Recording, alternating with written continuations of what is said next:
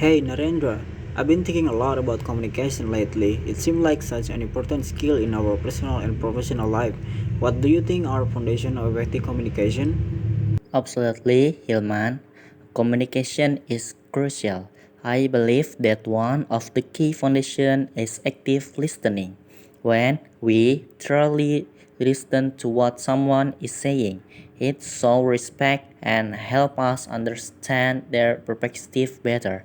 It's not just about hearing the words, it's about grasping the meaning behind them. I completely agree. Active listening also involves being present in the moment and not just waiting for your turn to speak. I've noticed that when people are distracted, like looking at their phone, it can really hinder the conversation. What do you think?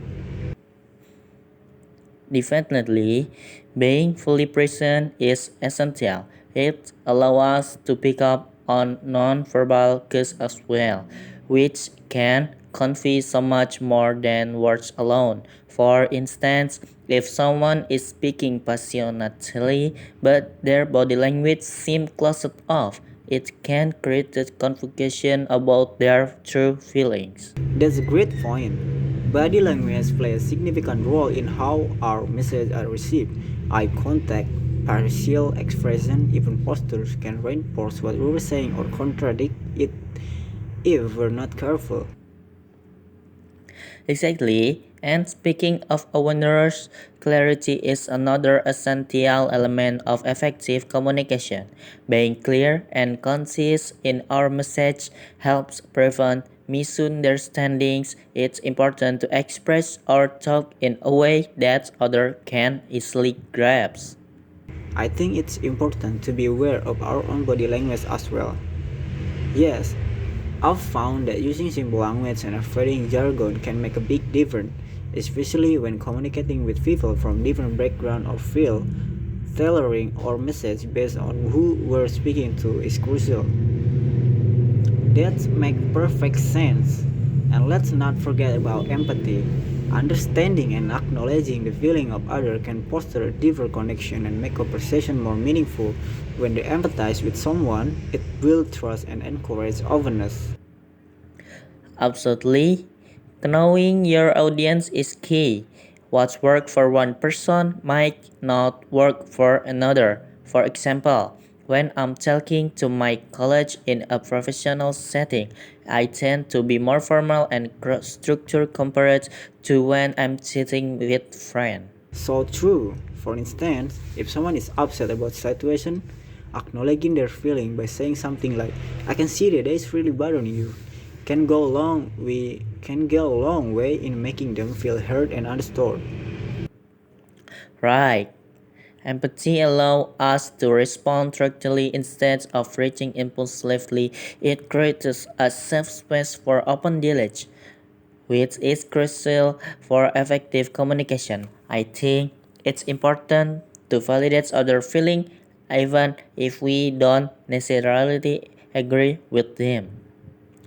Exactly, and then their feedback, which I believe is vital to whether it's giving or receiving feedback. It's help us improve our communication skill and understand how our messages are being perceived.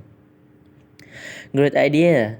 Regular check-ins can help ensure that everyone is on the same page and address any issues before they escalate. Plus, it shows that we care about maintaining healthy communication. Absolutely. Meetness fosters collaboration and creativity as well. When people feel free to share their ideas without fear of judgment, it often leads to innovative solutions and deeper connection. Yes, constructive feedback encourages growth and show that we value the other people input. It's all about creating ongoing dialogue rather than just one-off conversation.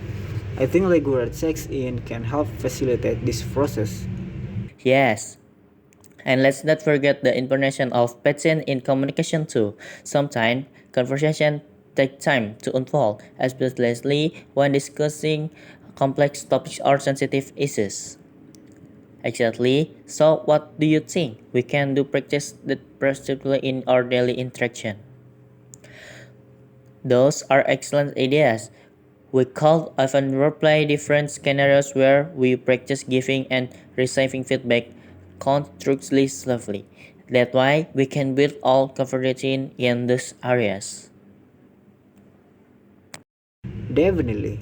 Another aspect I found is important being open minded during discussion. Sometimes we might have strong opinion or belief, but being willing to consider other viewpoints can enrich our understanding and lead to more productive conversation. Well said, Narendra. It seems like effective communication is a blend of many elements active listening, body language, clarity, empathy, feedback, regular check-in, and open mindedness. That's a great point. Version allow us to navigate those conversations without rushing to conclusion or response. It gives both parties the space they need to express themselves fully. Well, I think starting with small change could be beneficial, like consciously practicing active listening during conversation or being mindful of our body language. We could also set aside time for regular check-in with friends or colleagues. I love that idea. Let's keep each other accountable and share our experiences as we work on improving our communication skills together.